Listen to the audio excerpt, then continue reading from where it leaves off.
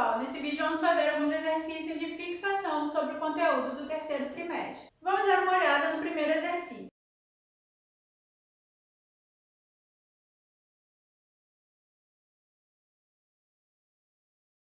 O primeiro exercício pede para calcular a quantidade de calor em um bloco de cobre de massa de 2.000 gramas, com temperatura inicial de 25 graus Celsius, se a gente conhece o seu calor específico e que a quantidade de calor deve ser necessária para aumentar a temperatura desse bloco de cobre até 65 graus Celsius. Quantidade de calor sensível. Como a gente conhece o calor específico, a gente vai usar a equação da quantidade de calor sensível para o valor do calor específico. Quantidade de calor sensível igual a massa vezes calor específico vezes a variação da temperatura. A gente quer o valor da quantidade de calor. Do que? A massa é de 2.000 gramas, o calor específico é de 0,093 calorias por grama vezes graus Celsius vezes a variação de temperatura. Variação de temperatura, lembrem sempre que é temperatura final menos temperatura inicial. Então, vai ser a temperatura final, que é quando o cobre atinge 65 graus Celsius, menos a inicial, 25. Vamos fazer essas contas. 2.000 vezes 0,093 é igual a 186, vezes 65 menos 25 é igual a 40. A quantidade de calor necessária para aumentar a temperatura do bloco de cobre de 25 até 65 graus Celsius vai ser a multiplicação de 186 vezes 40, 7.440 calorias. Então, sempre que acontecer variação de temperatura, quantidade de calor sensível. Se a gente tem o valor do calor específico, a gente usa a equação da quantidade de calor sensível para o calor específico. Se fosse informado a capacidade térmica, aí a gente usa a equação que depende da capacidade térmica vezes a variação de temperatura. Isso sempre que acontecer variação de temperatura. Vamos fazer agora o exercício número 2.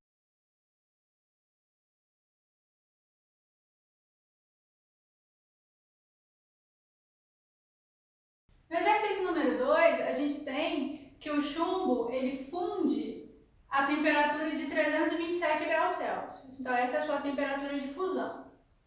E o seu calor específico de fusão é de 5,9 calorias por grama. Se a gente quiser saber a quantidade de calor necessária para fundir 100 gramas desse chumbo a essa temperatura de 327 graus Celsius, como que a gente vai fazer? Fundir um objeto significa que a gente vai passar do estado sólido para o estado líquido. Então, a mudança de estado da fusão significa que está ocorrendo uma mudança do estado sólido para o estado líquido.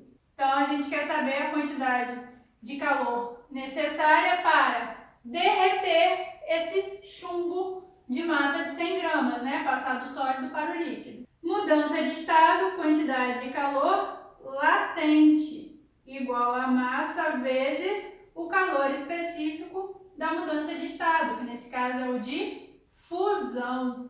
Então, essa quantidade de calor latente vai ser a massa do chumbo, 100 gramas, vezes o seu calor específico de fusão, da mudança de estado, 5,9. 100 vezes 5,9, 590 calorias. Então, são necessárias 590 calorias para fundir 100 gramas de chumbo.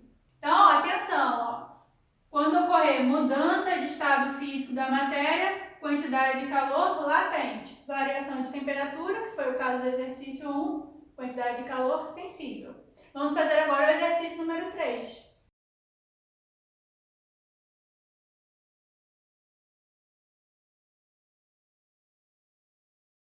No exercício número 3, pergunta Onde a gente deve colocar um aparelho de ar-condicionado? Na parte superior ou na parte inferior da parede?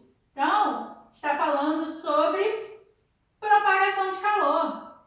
Geralmente, o aparelho de ar-condicionado ele é colocado na parte superior. Por quê? Porque a propagação de calor em fluidos, seja em líquido ou gás, vai acontecer por convecção. Ou seja, uma sala, né, ela está preenchida de ar, né, ela está preenchida de um gás, e a troca de calor, a propagação de calor, vai acontecer então por convecção.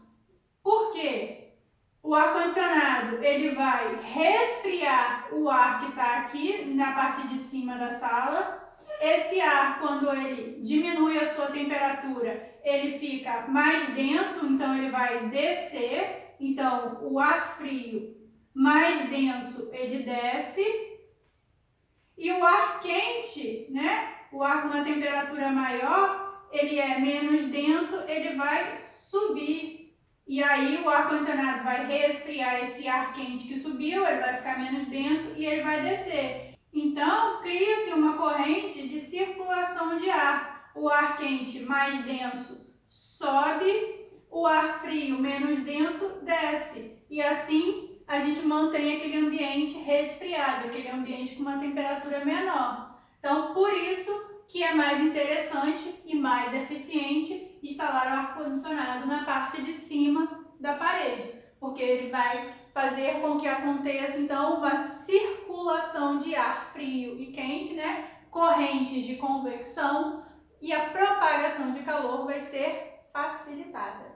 Então, esse exercício número 3 está falando sobre propagação de calor. Vamos lembrar que existe, além da convecção, que vai acontecer em líquidos e gases, a condução de calor, que vai acontecer em sólidos, e a irradiação, que é a única forma de propagação de calor que pode acontecer no vácuo. Não depende de um meio que tenha matéria, de um meio material para acontecer. A condução só vai acontecer em sólidos, depende do meio material. Por exemplo, uma barra de ferro, quando aquecida, é um meio sólido, propagação de calor por condução.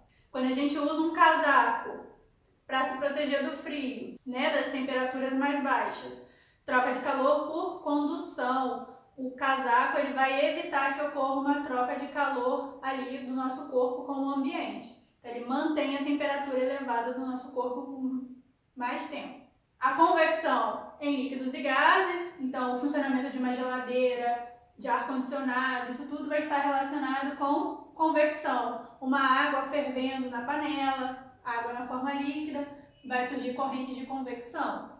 E a irradiação vai acontecer também no vácuo. Então, vai explicar, por exemplo, o funcionamento de garrafa térmica de café, como o sol ele vai propagar luz e vai aquecer a nossa atmosfera, já que essa luz do sol, essa radiação do sol, ela vai se propagar pelo vácuo até chegar na gente. Então, 3 tipos de propagação de calor que vocês têm que ter em mente na hora de resolver esse tipo de problema. Tá bom, pessoal? Então, com isso a gente encerra esses vídeos do 9º ano.